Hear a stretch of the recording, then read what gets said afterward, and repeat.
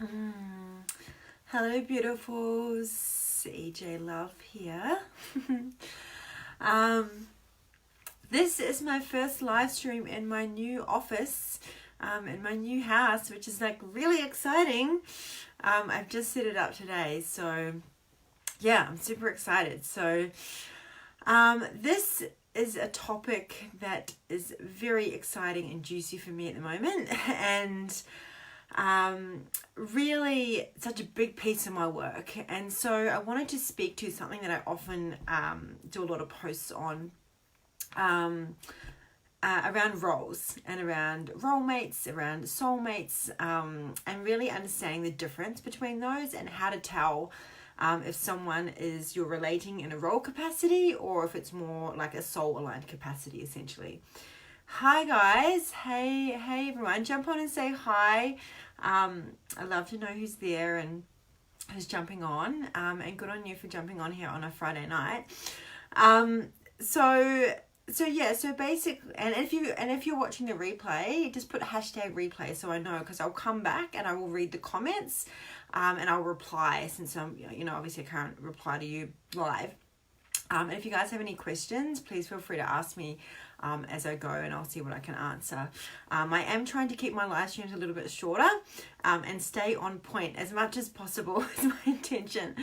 So the first thing I want to speak to is understanding our roles and how they're created. Yeah. So if some of you would have watched my webinar, which is in my Clear Your Love Blocks Facebook group, that I spoke to roles. So I'm going to probably touch on like stuff that you've heard before, but if you have, just listen with new ears, and you're probably going to get some extra stuff in here as well that I haven't spoken about before, because I've been journeying and transitioning with a role myself lately, which has been massive. So I'm going to speak a little bit to that.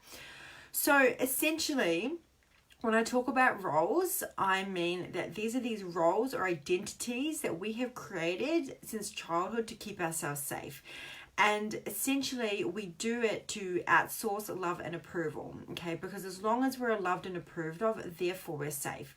And this happens as a child because we rely on the adults, we rely on the big people to feed us, to clothe us, to shelter us, to keep ourselves safe. And we have this instinctual part of our brain that's wired this way and is constantly looking for safety. So from 0 to 7, essentially we are brainwashed to certain ways of behavior. If we show up in this certain way, then we get more love, then we get more approval. So depending on how your parents treated you or what was going on around you, you discovered ways of behaving that would get you more love and approval, right? So, there were certain roles that you took on to keep yourself more safe, yeah? So there's two types of roles, right? There's over-functioning roles and under-functioning roles. And we'll tend to have both, and we'll use these at different times. So, for example, an over-functioning role would be a rescuer, a hero, a people pleaser, a caretaker, a martyr, an overachiever, perhaps a good girl or a nice guy. These are the ones that are over-functioning roles, yeah? An under-functioning role would be like a victim, a robot, a lost soul, a drama queen. And what the tendency is that an over-functioner tends to be more responsible and tends to have grown up really fast, and it tends to be better like being on their own.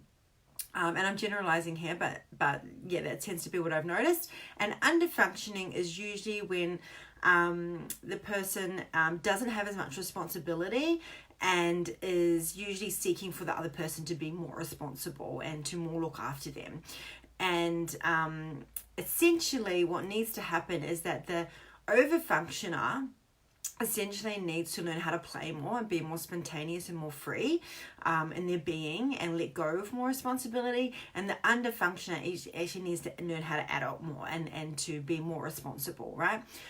So what happens, and this is the interesting thing, is that what will tend to happen is when it comes to attraction and who we attract, we will naturally attract people to play out our roles with. Yeah. So So for example, one of my biggest roles has been a rescuer. And a rescuer, I would attract victims. So I would be over functioning and the other person would be under functioning. And let me know if you resonate to what I'm saying, because I'd love to hear.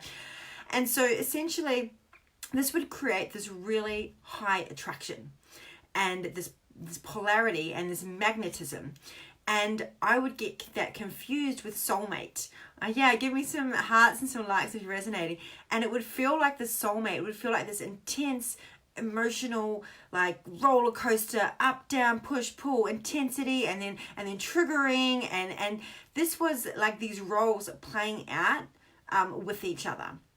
So that's just an example of how that can play out in the relationship. And what I've been recently diving into is I find that once I dive into one role and start to release that role, then I'll find another one and I'll see how that's been playing out. Yeah. So once I worked through caretaker, what I'm now looking at is once the rescuer, now what's come up in my space is the caretaker. And I've been speaking to other women, and I'm seeing so many women that run this role. And the reason for that is it's really in our lineage, it's in our ancestry, and it's how, like, it's in our DNA, our cellular memory. And for me, my mother and my grandmother both ran this role. Like, it's almost identical as to the relationships they had, who they were in the family. Like, they would be bringing in the money, they would be supporting everyone, they would be looking after everything, they would create security, safety, they would support the men so the men could actually go out and live their purpose, but they would take care of everything at home. And actually they tended to be more over-functioning than the men were.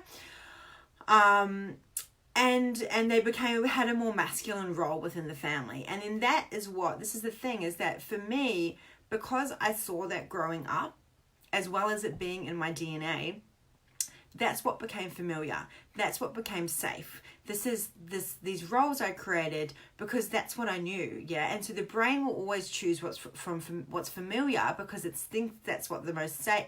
It thinks that is what is the most safe.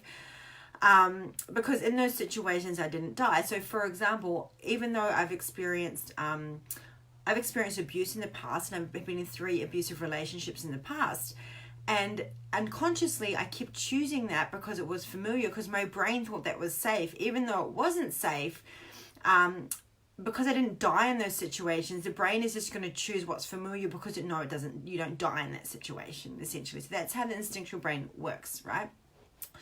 So as I've been journeying with the caretaker and starting to understand and give myself more awareness of this role, right, I've been seeing how that's played out in different areas of my life, in my business, in my career, in my relationships, in my business relationships, in my romantic relationships, and almost and looking at my attraction as well. And it's so fascinating. Like, whoa, it's huge. And I honestly believe this is the key. It's like when we start to release our roles, then we open up to the soul connections, to the soul aligned relationships. We're not going to keep attracting those role mates. But it is a super, super edgy and vulnerable and painful experience to release that, because you have to be willing to go into the unsafety and the trauma and the unknown. You have to be willing to go there and to get vulnerable and to get emotional and feel all the things that your ancestors didn't feel, that is in your DNA, that is in your cellular memory. You have to be willing to go there. And for me, it's like I've made a commitment to, most of all, I want emotional intimacy. I want depth. And I'm not going to get that in a role mate relationship. That's just not possible, because like role mates do not allow for intimacy, essentially. Yeah. There may be like intense chemistry at the start, but then these unhealthy boundaries play out to keep people living inside their roles. So for example, as a caretaker, the unhealthy boundary for me has been that I won't necessarily ask for what I need because it doesn't feel safe. Because if I get told no, there's a fear of rejection.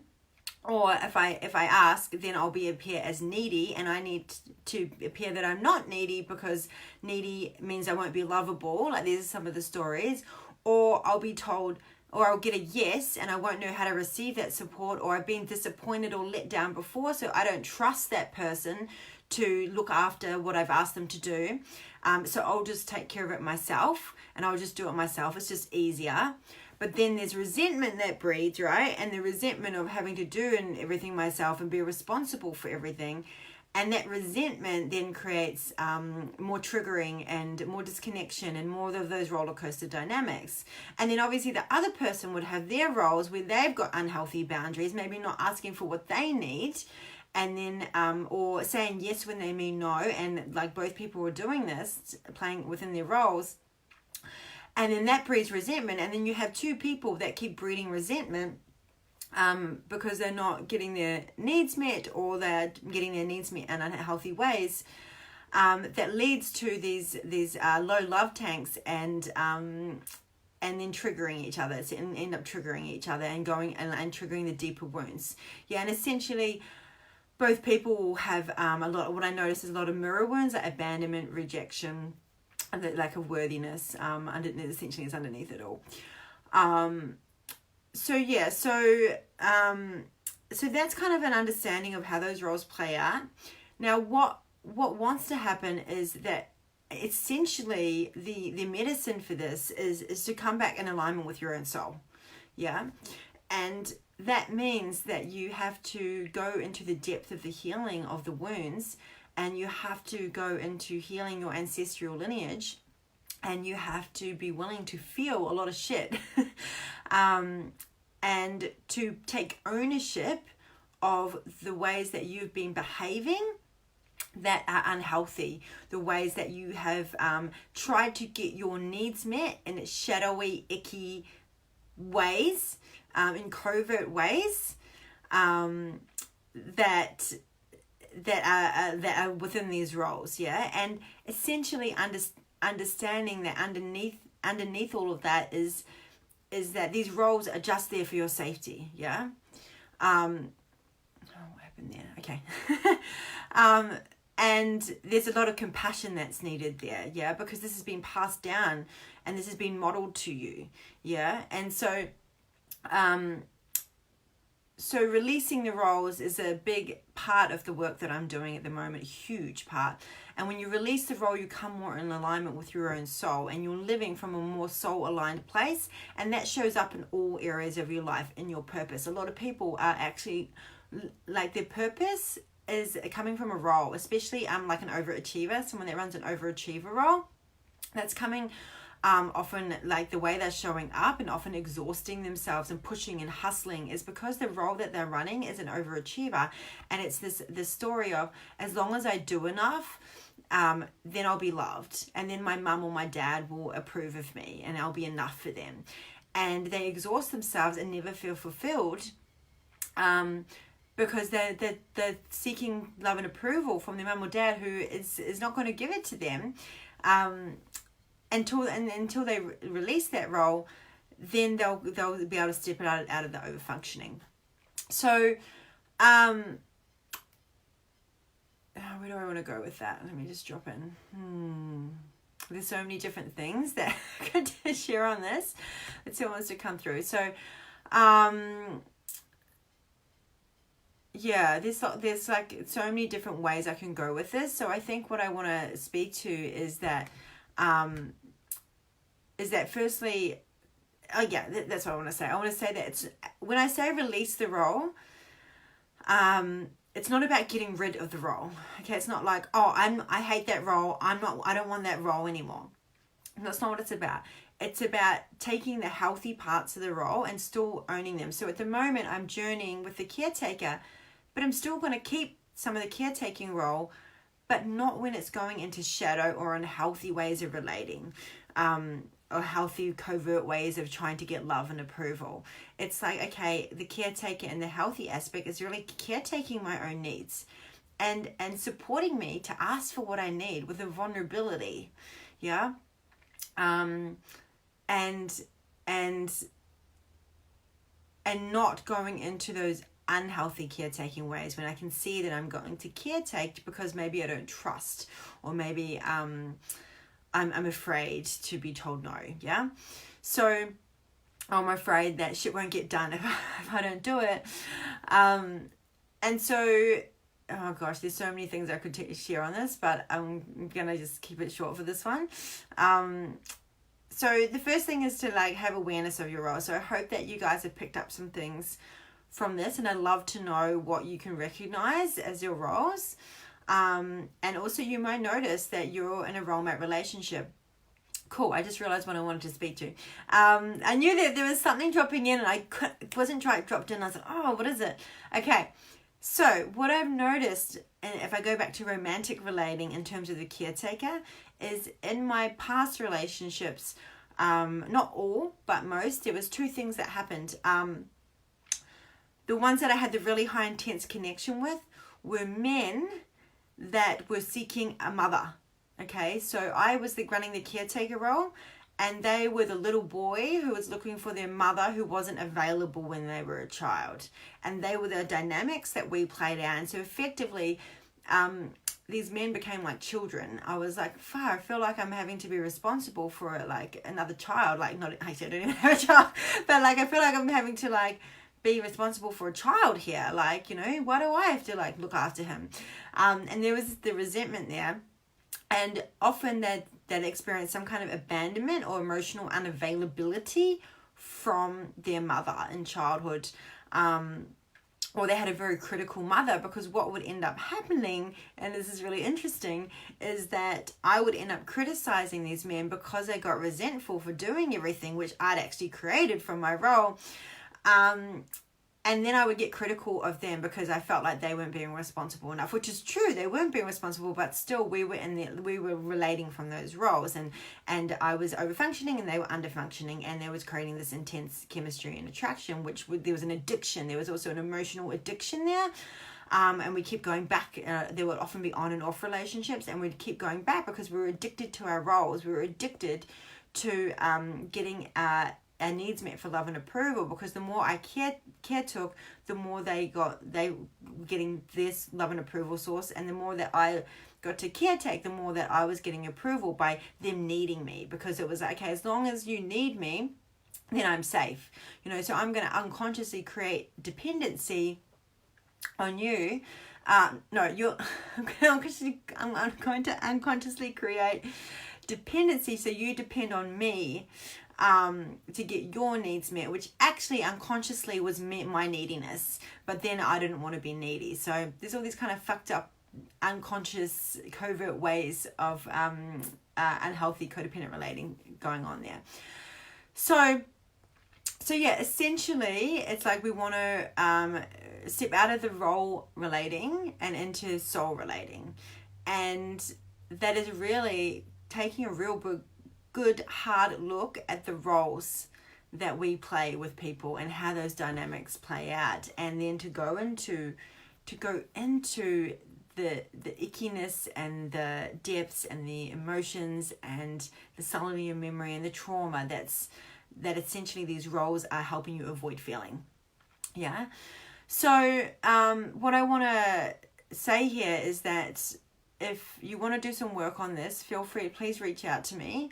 I'm officially launching a one-on-one 3-month mentorship. It's my Soulmate alignment program, which I also do the spiral emotional clearing process in. I can see a couple of spiral pracs on here. Hi, fellow pracs here. And that will include 8 sessions of emotional clearing work through the journey of the spiral. But just message me. Actually, I'll pop the link on here so you guys can have a read of what's included in that. And I'll also take you through my role releasing process in there, which is a deep journey, but it is well worth it, because if you want emotional intimacy, if you want that depth, then you have to be willing to get out of the role relating and into the soulmate relating, which comes from aligning with your inner soulmate. Yeah. So and I also have a 3-month online program working with myself and Mark Rosenfeld, and I also teach that in there. So you can either do a one-on-one with me, and I take only 10 women at a time for that, or you can, and there's an application process. So just, again, send me a message and let me know you're interested, and I'll send you the information. I'll send you the way to be able to have a call with me about that and see if it's a fit for you and see if it's a fit for me. And yeah, hey, thanks for all the love, Alva. It's great to see you on here. I appreciate that. And yeah, and I also put the information up about the online, just the full 3-month online program too.